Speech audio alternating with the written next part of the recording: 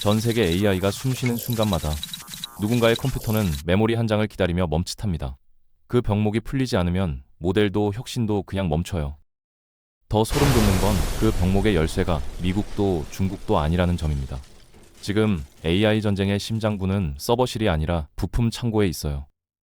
그리고 그 창고에 문고리를 쥔 나라가 한국이라는 말이 과장이 아니라 현실로 들리기 시작했다는 겁니다. 여기서부터 판이 뒤집힙니다. 그런데 누군가가 이 얘기를 공개석상에서 너무 솔직하게 꺼냈고 영상은 한동안 온라인에서 사라졌습니다. 왜 그랬는지 지금부터 풀어보겠습니다. 이야기를 이어가 보겠습니다. 이 사건은 애국심 자극이 아니라 AI 공급망의 실전지도, 그리고 누가 미래의 협상력을 갖는지 보여주는 경고장이거든요. 먼저 영상이 사라졌다는 말부터 정리해야 합니다. 실제로 에릭 슈미트가 스탠퍼드에서 한 대담 영상이 논란 뒤 공개 채널에서 내려간 사례가 있습니다. 삭제의 핵심 이유로는 원격 근무 발언, 저작권 관련 민감 발언 등 여러 논점이 함께 거론됐고 결과적으로 영상이 내려가며 파장이 더 커졌죠. 그는 유럽 전체를 깎아내렸습니다. 독일, 프랑스, 이탈리아 같은 전통 강국들을 향해 규제에만 매몰돼서 미래가 없다고 했어요. 심지어 일본도 그냥 협력 파트너 정도로만 언급하고 끝났죠. 이런 발언이 공개되면 외교적으로 엄청난 파장이 일어나겠죠? 그래서 삭제됐다는 분석이 지배적입니다. AI 시대에 살아남으려면 세 가지가 필요합니다. 칩을 만드는 능력, 소프트웨어를 돌리는 플랫폼, 그리고 이걸 빠르게 적용할 수 있는 사회 인프라죠. 한국은 이 세 가지를 전부 갖춘 몇 안 되는 나라예요. 여기서 중요한 건 한국이 AI에 목줄을 쥐었다 같은 자극적 문장이 진실이냐, 거짓이냐가 아닙니다. 진짜 핵심은 지금 AI가 무엇 때문에 느려지느냐예요. 결론부터 말하면 요즘 AI는 GPU 성능만으로 안 굴러갑니다. GPU 옆에 붙는 HBM, 그러니까 고대 여폭 메모리가 같이 가야 합니다. 이게 없으면 연산이 숨이 막혀요. 반도체부터 볼까요? 지금 AI 열풍의 핵심은 GPU가 아닙니다. 물론 엔비디아 GPU가 중요하긴 하죠. 근데 그 GPU가 제대로 작동하려면 HBM이라는 고대 여폭 메모리가 필요해요. 이 HBM 시장을 누가 지배하고 있냐면 SK 하이닉스가 전 세계 1위고 삼성이 뒤를 쫓고 있습니다. 둘 다 한국 기업이에요. 엔비디아의 최신 칩에 들어가는 HBM 대부분이 한국산이라는 얘기죠. 그러니까 아무리 미국이 AI 모델을 잘 만들어도 한국 반도체 없이는 돌릴 수가 없는 겁니다. 이 말이 왜 무섭냐면 이제 AI는 유행이 아니라 전기처럼 깔리는 인프라가 됐다는 뜻이거든요. 전기처럼 깔리면 그 전선을 누가 쥐는지가 권력이 됩니다. HBM은 그냥 메모리가 아니라 AI 데이터 센터의 심박수입니다. 공급이 막히면 엔비디아든 누구든 일정이 뒤로 밀려요. 실제로 SK 하이닉스는 HBM이 사실상 매진 수준이라고 밝힌 적도 있습니다. 그런데 사람들은 이렇게 반문하죠. 대만은 어떻냐고요? TSMC가 있잖아요. 맞아요. TSMC는 파운드리 분야에서 압도적이에요. 근데 슈미트는 대만을 비판했어요. 하드웨어는 좋은데 소프트웨어가 형편없다고요. 칩을 찍어내는 건 잘하는데 그걸 활용할 플랫폼이 없다는 겁니다. 그래서 대만은 결국 하청업체 신세를 벗어나기 어렵다는 게 그의 판단이었죠. 한국은 달라요. 네이버가 있고 카카오가 있잖아요. 전 세계에서 구글에 점령당하지 않고 자국 검색 엔진과 메신저를 지켜낸 나라가 몇이나 될까요? 미국은 본토니까 당연히 자기네 거 쓰고, 중국은 만리 방화벽으로 막아버렸고, 러시아도 야덱스가 버티고 있긴 하죠. 근데 그 외에 자유시장 경쟁에서 구글을 이긴 나라는 한국이 거의 유일해요. 이게 왜 중요하냐면 소프트웨어 플랫폼이 있어야 AI 시대에 독자적인 생태계를 구축할 수 있거든요. 네이버는 이미 자체 AI 모델 하이퍼클로바를 개발했어요. 한국어에 특화된 대규모 언어 모델이죠. 오픈 AI의 GPT가 영어 중심으로 학습됐다면 하이퍼클로바는 한국어 데이터를 엄청나게 학습시킨 거예요. 이게 왜 중요하냐면 AI는 결국 언어를 다루는 기술이거든요. 한국어를 제대로 이해하는 AI를 만들려면 한국 기업이 직접 해야 하는 거예요. 미국 기업한테 맡기면 한국어는 늘 뒷전이 될 수밖에 없거든요. 카카오도 마찬가지예요. 카카오톡이라는 플랫폼 위에서 금융, 쇼핑, 택시, 배달 서비스가 다 돌아가잖아요. 이게 전부 데이터로 쌓이는 거예요. AI를 학습시키려면 데이터가 필요한데 카카오는 한국인의 일상 데이터를 엄청나게 가지고 있는 거죠. 이 데이터를 활용해서 AI 서비스를 만들면 한국 시장에 최적화된 결과물이 나오는 겁니다. 이제 세 번째 요소, 사회 인프라 얘기를 해볼게요. 한국은 세계에서 인터넷이 가장 빠른 나라 중 하나예요. 대리지 보급률도 최상위권이고 스마트폰 보급률은 95%를 넘죠. 이게 왜 중요하냐면 AI 서비스를 테스트하기에 최적의 환경이라는 거예요. 새로운 AI 기능을 출시했을 때 한국만큼 빠르게 피드백을 받을 수 있는 나라가 없어요. 유저들이 기술에 익숙하고 새로운 걸 빨리 받아들이고 문제가 있으면 바로 지적하거든요. 기업 입장에서는 업데이트 한 번에 수백만 단위의 피드백을 얻을 수 있는 실험장이기도 합니다. 이건 작은 나라가 가질 수 있는 속도입니다. 슈미트는 이걸 한국인들의 빠른 적응력이라고 표현했어요. 새로운 기술이 나오면 두려워하기보다 일단 써보는 문화가 있다는 거죠. 이게 AI 시대에는 엄청난 강점이에요. 왜냐하면 AI는 사람들이 써야 발전하거든요. 피드백을 받아서 개선하고 더 많은 데이터를 학습하고 그래야 더 좋아지는 거예요. 한국처럼 얼리 어답터가 많은 나라는 AI 발전의 테스트베드로 최적인 거죠. 여기서 한 가지 더 생각해 볼 게 있어요. 슈미트가 꼽은 5나라가 정확히 어디였는지 그리고 왜 그 나라들이었는지를 분석해 보면 더 많은 게 보입니다. 미국, 중국, 한국은 확실히 언급됐고요. 나머지 2나라에 대해서는 여러 해석이 있어요. 영국과 캐나다라는 분석도 있고 이스라엘이 포함됐다는 얘기도 있어요. 영국은 딥마인드의 본거지예요. 알파고를 만든 그 딥마인드요. 구글에 인수됐지만 여전히 런던에 본사가 있고 AI 연구의 최전선에 있죠. 캐나다는 딥러닝의 아버지들이 있는 곳이에요. 제프리 힌튼, 요슈아 벤지오 같은 사람들이 토론토와 몬트리올에서 연구하고 있거든요. 이스라엘은 스타트업 강국이잖아요. 인구 대비 스타트업 수가 세계 최고 수준이고 군사 기술에서 파생된 AI 역량이 엄청나죠. 근데 이 나라들의 공통점이 뭘까요? 전부 작은 나라예요. 미국과 중국 빼고는요, 인구가 적고 영토가 좁은데도 기술 강국인 거죠. 이게 시사하는 바가 있어요. AI 시대에는 인구나 영토가 크게 중요하지 않다는 겁니다. 오히려 집중된 역량과 빠른 의사결정이 더 중요해요. 한국이 딱 그런 구조를 가지고 있죠. 반대로 왜 어떤 나라들은 탈락했는지도 생각해 볼 만해요. 일본은 왜 빠졌을까요? 일본은 여전히 경제 대국이고 기술력도 있잖아요. 근데 슈미트의 분석에 따르면 일본은 너무 느려요. 의사결정이 느리고 변화에 적응하는 속도가 느리다는 거죠. 일본 기업들의 경직된 문화가 AI 시대에는 약점이 된다는 겁니다. 실제로 일본의 AI 스타트업 생태계는 미국이나 한국에 비해 훨씬 약해요. 인도는요? 인도는 IT 인력이 엄청나게 많잖아요. 실리콘밸리 엔지니어 중에 인도 출신이 얼마나 많은데요. 근데 슈미트는 인도를 협력 파트너 정도로만 봤어요. 왜일까요? 인도는 인력은 많은데 자체적인 플랫폼이 없거든요. 구글, 페이스북, 아마존이 인도 시장을 장악하고 있어요. 인도 개발자들이 아무리 뛰어나도 결국 미국 기업을 위해 일하는 구조라는 거죠.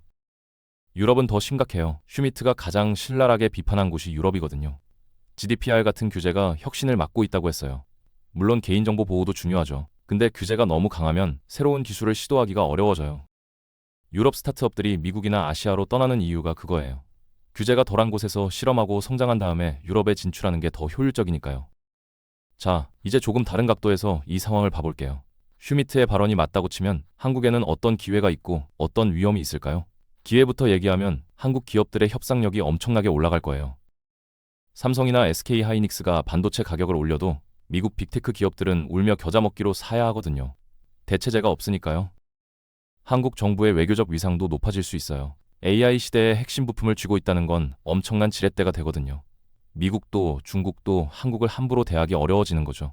실제로 최근 몇 년간 미국이 한국 반도체 기업들을 얼마나 신경 쓰는지 보셨잖아요. 조 바이든 대통령이 직접 삼성 공장을 방문하고 반도체 지원법을 만들어서 한국 기업들을 끌어들이려고 하고 있거든요. 개인 차원에서도 기회가 있어요. AI 관련 일자리가 폭발적으로 늘어날 거예요. 지금 당장 AI 엔지니어 연봉이 얼마인지 아세요? 신입도 억대 연봉을 받는 경우가 많아요. 경력자는 더 하고요. 근데 이건 시작에 불과해요. AI가 더 발전하면 AI를 다루는 사람에 대한 수요는 계속 늘어날 겁니다. 반면 위험도 있어요. 가장 큰 위험은 너무 자만하는 거예요. 지금 잘한다고 앞으로도 잘할 거라는 보장은 없거든요. 기술 패권은 빠르게 바뀔 수 있어요. 한국이 메모리 반도체에서 압도적인 건 맞는데 앞으로 AI에 더 중요한 건 메모리가 아닐 수도 있어요. 새로운 아키텍처가 나오면 판도가 바뀔 수 있다는 거죠. 인재 유출도 문제예요. 한국의 AI 인재들이 미국으로 빠져나가고 있거든요. 연봉도 높고 연구 환경도 좋고 최첨단 기술을 접할 기회도 많으니까요. 삼성이나 네이버에서 일하던 엔지니어들이 구글이나 메타로 이직하는 경우가 많아요. 인재가 빠져나가면 장기적으로 경쟁력이 떨어질 수밖에 없죠. 지정학적 위험도 있어요. 한국은 미국과 중국 사이에 끼어 있잖아요. 두 강대국이 기술 전쟁을 벌이는데 한국은 양쪽 모두와 관계가 있어요. 미국은 동맹이고 중국은 최대 교역국이죠. 미국이 중국을 더 세게 압박하면 한국은 선택을 강요받을 수 있어요. 그게 한국 기업들한테는 엄청난 리스크가 되는 거죠.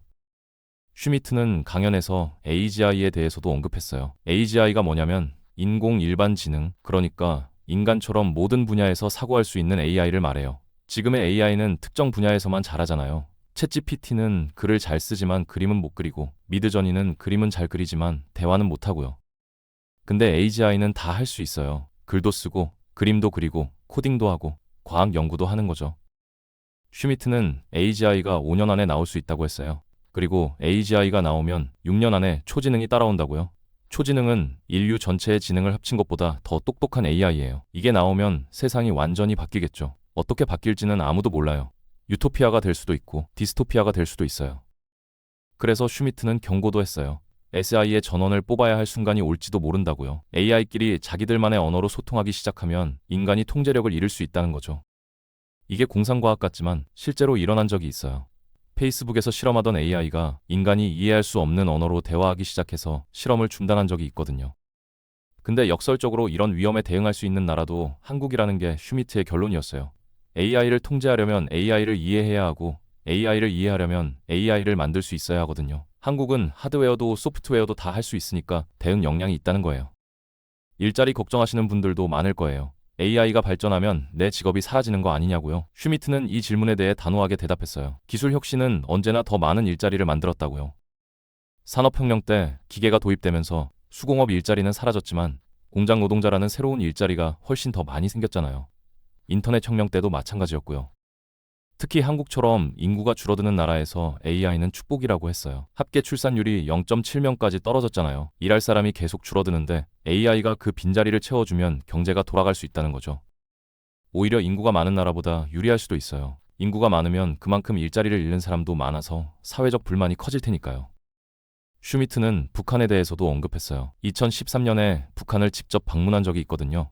그때 경험을 바탕으로 북한이 개방되면 아시아에서 가장 폭발적인 성장을 할 수 있다고 했어요. 북한 지역의 기후가 데이터 센터를 짓기에 좋거든요. AI를 돌리면 엄청난 열이 나는데 추운 지역에 데이터 센터를 세우면 냉각 비용이 확 줄어들어요. 개마고원 같은 지역이 그런 조건을 갖추고 있죠. 물론 이건 북한이 개방된다는 전제가 붙는 얘기예요. 당장 현실화되기는 어렵죠. 근데 슈미트 같은 사람이 그런 가능성까지 내다보고 있다는 게 중요해요. 한반도 전체가 AI 시대의 중심이 될 수 있다는 비전을 제시한 거니까요. 여기서부터는 시청자에게 현실적인 질문을 던져야 합니다. 그럼 우리는 뭘 해야 하냐는 질문이죠. 국가 차원의 답은 간단합니다. 공급망 우위를 수출 실적에서 끝내지 말고 국내 생태계의 레버리지로 연결해야 합니다. 반도체는 더 많이 팔면 끝이 아닙니다. 고객이 한국을 떠날 수 없도록 다음 세대 기술과 생산 안정성, 그리고 표준 협상력을 같이 묶어야 합니다. 기업은 HBM으로 돈을 벌고 국가는 그 돈이 R&D와 인재로 다시 돌아가게 만들어야 합니다. 이 순환이 끊기면 우위는 금방 증발합니다. 그리고 개인에게는 더 직설적인 답이 필요합니다. 한국이 강해진다는 말은 내 월급을 지켜주지 않습니다. 내가 AI 시대의 가치 사슬에서 어디에 서는지가 중요합니다. AI를 남의 기술로 구경하는 순간 나는 비용으로 분류됩니다. AI를 내 손의 도구로 쓰는 순간 나는 생산성을 가진 사람으로 남습니다. 지금 당장 할 수 있는 현실적인 준비는 3가지입니다. 첫째, 업무에서 AI를 쓰는 루틴을 만들고 같은 시간을 더 높은 산출로 바꾸는 겁니다. 둘째, 검증 능력을 키우는 겁니다. AI는 그럴듯한 오류를 만들 수 있고 그걸 걸러내는 사람이 결국 책임을 지는 사람이 됩니다. 그 책임이 곧 가치예요. 셋째, 내 일이 공급망과 어떻게 연결되는지 보는 눈입니다. 내 회사가 AI를 도입하면 내 업무는 줄어들까요? 바뀔까요? 아니면 더 커질까요? 줄어든다면 기술을 바꾸든 역할을 바꾸든 산업을 옮기든 이동 계획을 미리 만들어야 합니다. 위기는 통보가 아니라 속도로 옵니다. 정리하겠습니다. 한국이 AI를 쥐었다는 말은 국뽕 문장이 아니라 HBM과 수출 통제, 그리고 차세대 경쟁이 한꺼번에 얽힌 공급망 현실에서 나온 신호입니다. 영상이 사라졌다는 이야기가 사실이든 과장이든 더 중요한 건 지금 이 시대가 말 한마디가 공급망을 흔드는 시대라는 점입니다. 한국은 분명 기회의 자리에 있습니다. 하지만 그 자리는 자동으로 지켜지지 않습니다. 다음 세대 HBM, 전력과 냉각, 소프트웨어 생태계, 인재순환이 같이 굴러가야 합니다. 그리고 개인은 더 냉정해야 합니다. 한국이 유리해져도 내가 준비하지 않으면 내 자리는 사라질 수 있습니다. 반대로 내가 준비하면 지금이 인생 최고의 상승장이 될 수도 있죠. AI 시대의 진짜 질문은 이겁니다. 한국이 중심이냐가 아니라 그 중심에서 누가 돈을 벌고 누가 밀려나느냐입니다. 그 답은 이미 움직이고 있습니다.